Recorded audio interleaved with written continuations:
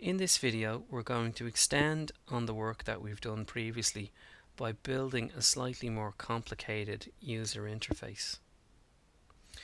We're going to have a look at building a user interface that mimics a login screen. So we're very familiar with login screens. We usually have a space to enter in the username, the password, we'll have a submit button, and sometimes we'll even have a checkbox to click on whether or not the application should remember your login the next time round. In our application, we're going to also have a little area down the bottom that signifies whether the login was successful or not. It will output some text to say whether the credentials entered were correct or incorrect, and we'll also have an image of a little padlock, and the padlock will be open if the login attempt was successful, or it will remain closed if the login attempt was unsuccessful. So this is a picture of the screen if the login attempt was successful, and if the login fails, again you see the little padlock is closed there, and we get a message to say invalid username or password. We'll take this a step further by carrying out some activities when the user clicks on the submit button. If they log in successfully and the checkbox remember me is clicked, we will log that successful login to a file so that an administrator can come back later on and look at all the successful login attempts. Also, if the user tries to log in and fails, we'll log every single one of those failed login attempts to file as well. Again, so an administrator can come back later on and look at all the failed login attempts and when they happened. So you'll see that the layout that we have here is a little bit more complicated than just a single button on the screen. When it comes to laying out user interface components in Java, we have a number of choices. So far we've used something called a FlowLayout. A FlowLayout positions its user interface components from left to right until it reaches the edge or right hand side of the JFrame window, and then it will start to put all the rest of the user interface components underneath in a similar manner from left to right, and again until it reaches the end of the window.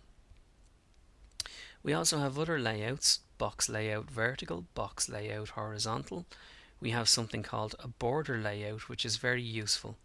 That splits the screen into 5 areas: a top and bottom, or north and south, and then west, center and east. This is very useful because Windows applications, or applications that use Windows, normally have some kind of header area or a footer area, and then usually the center of the screen could be split up into a portion on the left and a centerpiece, or maybe even a portion on the right hand side and a centerpiece, or maybe all three, and the border layout can be used to do this. The grid layout, as its name suggests, splits the screen up into a grid, and we can place user interface components in each cell of the grid. We can define how many columns and how many rows the grid has to split the screen up into various different areas. And finally, the grid bag layout is similar to a grid layout, except that user interface components can stretch across multiple columns and rows. This is a very flexible layout, but it's quite complicated and tricky to deal with. So for the purposes of these videos, we'll concentrate on a flow layout. We'll also look at the grid layout, and we'll look at the border layout. So getting back to our code, we're going to start off with a simple template that just uses a JFrame. So at the moment this will just display a window that says secure login in the title bar. So what we'll begin to do now is add the user interface components to this template. So the first thing I'm going to do is declare my user interface variables. And I'll start off by creating or declaring my labels. Just as before, we're going to use a JLabel, and I'm going to prefix all of my label variables with LBL. just so I know what they are by looking at the variable name. So I'll have a private JLabel LBL name, and I'll also have private JLabel LBL password and private JLabel LBL message. And the last label that I need is going to be LBL, and I'm going to use a label to store the little padlock image. The next components I need are my text fields. So again, I'm going to have private, and this time they're going to be J text field, and I'm going to prefix the names of these variables with txt. So I'll have txt name for the username and J text field txt password. Next I'm going to have my checkbox, so private J checkbox is the name of the class I'm using, and I'm going to call this CHK remember me. And now I'm going to declare whatever buttons I need, so private J button, we've used that from the previous examples, and I'm going to prefix this with btn for button, and I'm going to call it submit. Okay, so they're all of the user interface components that I need, and I've declared all my variables. So I've got a number of label variables, some text field variables, a checkbox variable, and a button variable. The next step is to actually go and create the user interface. Now in our last examples, this is where we created the user interface, right here in the constructor method. Now, because there's quite a lot going on in this user interface, I'm not going to put all of the code to do that in the constructor method. Remember, the constructor method is a method that has the same name as the class. It's a special place that we can place code that will be executed when the window gets created. Okay, so rather than place all my code in here, what I'm going to do is create a special method called createLogin. And the createLogin method will take care of creating and setting up the user interface for the login screen. So I'm going to create the user interface, and I'm going to do that by having a method called createLogin. Now I'm going to have to define this method. There is no method called createLogin right now, so I'm going to have to write that. So I'm going to just put this in above my main method, so it will look like public void. It's not going to return anything, and it's just going to be called createLogin. It's not going to take any parameters, and all we have to do now is put all the code in here to create the login interface. Okay, so we begin creating the login interface by actually creating objects for all of the different user interface components. So let's start with the labels. So I have LBL name is equal to new JLabel. And I can give the label some text. And then I'm going to have LBL password equals new JLabel. And let's call that password. And of course we have some other labels as well. So we have LBL message equals new JLabel. Now when the window appears first, the user won't have entered any details. So what I'm going to do is I'm going to create this label but I'm going to leave the label blank, and I can do that by just entering in 2 double quotes with no string in the middle. So I'm just basically giving it a blank string. And finally I have LBL image, and that is also going to be equal to a new J label. Now this label is not going to contain text. This label is going to contain an image. So I already have some images in the same folder as this example, and I'm going to use the 2 images. One is an image of a padlock that's closed, and one is an image of a padlock that's open. So for initialization, I'm going to set this label to the picture of the closed padlock. So I say LBL image equals new J label, and instead of giving it a piece of text, I'm going to use an image icon. So I can say new image icon, and then I can give it the path to my image file. So my image file is lock, and then this is the locked one, .png. So the name of my file is lock-locked.png, and my J label now is going to be equal to a new J label, and it's going to say new image icon, and the image icon class is going to load the image from the file lock-locked.png.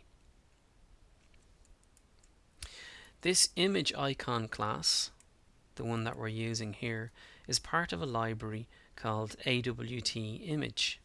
So in order for me to use this, I have to make sure that at the top of my program I import java.awt.image.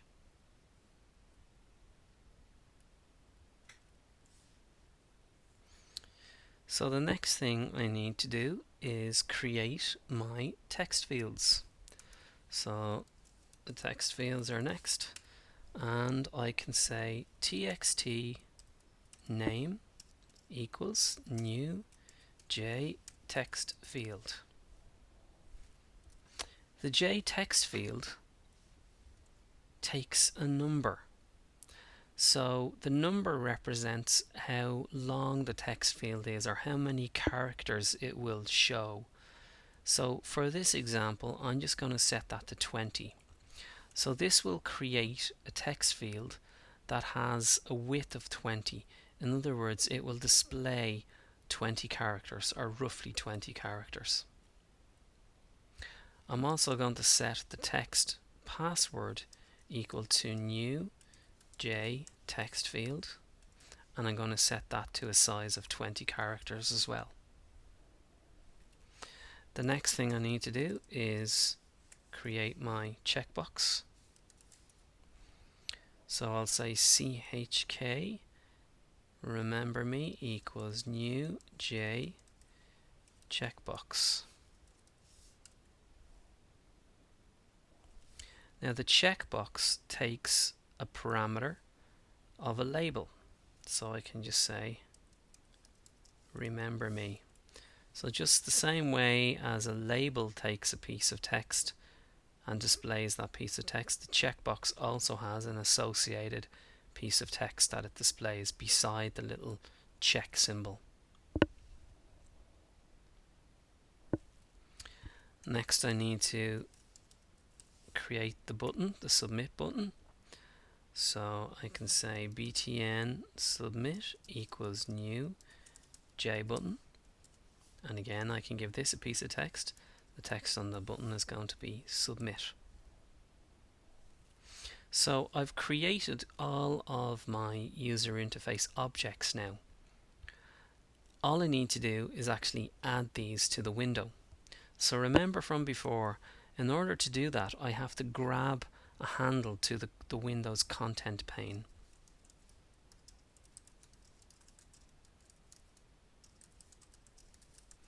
And I do that by saying container C equals get content pane. And then what I want to do is I want to set the layout for the content pane.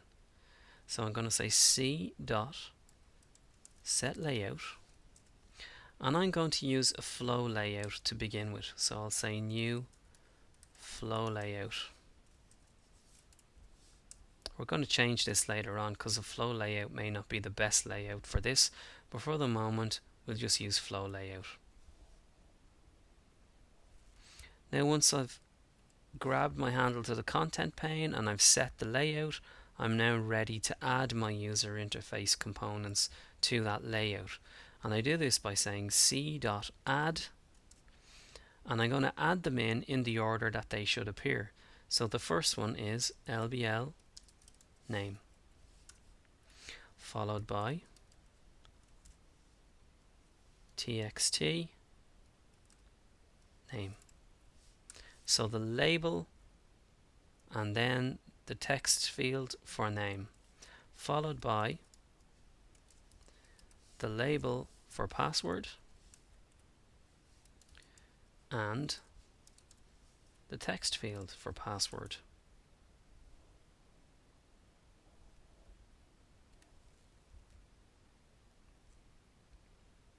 And then we're going to have the checkbox, so c.add chk, so we add the checkbox, and then c.add, and this time we're going to add the submit button,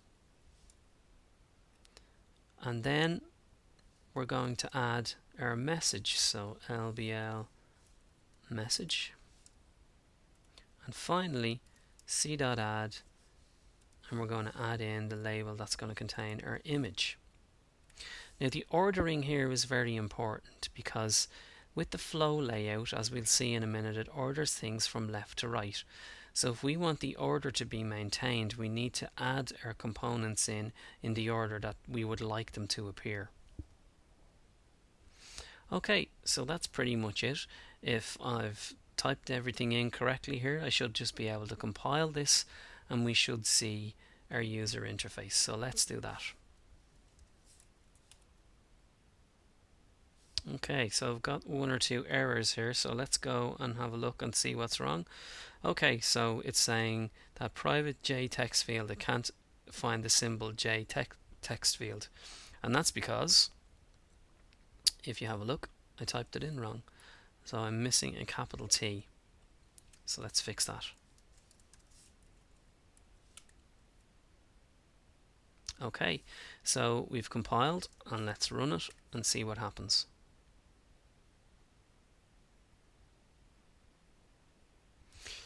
Okay, so as you can see, we have a window, we have the label name and the box, the text area, text field for typing in the username, and as you can see, then the label for password and the text area for the password is overflown down onto the next line, and then we have the checkbox and we have the submit button and our little padlock symbol.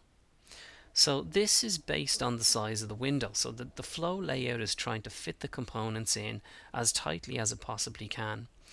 Now watch what happens when I resize the window. When I resize the window, the flow layout will reposition the components and take up as much of the window space as it possibly can. So obviously we don't want our secure login window to look like this. We'd much prefer it to kind of look like this. So as you can see, as I resize the window, it will try and place components as best as it possibly can. Now, right now, this is okay. It's not too bad. We've a better way to do this though. We can position the components in a more kind of fixed way so that they don't jump around the screen like this when the user resizes the window. Now the other thing to point out is users wouldn't generally resize a login window. The login window would be kind of a fixed size and the user would not be able to resize the window. And we'll actually see how we can do that in a later example. So for the moment we have a window that has all our user interface components on it. We're missing a label, but remember this label but the message is a blank label, so you can't see that on the screen at the moment. But other than that, all of the user interface components are ready to go. We need to fix the layout, and then we need to add some functionality behind the scenes. So that's all we're going to do for this example. We'll continue work on our secure login screen in the next example.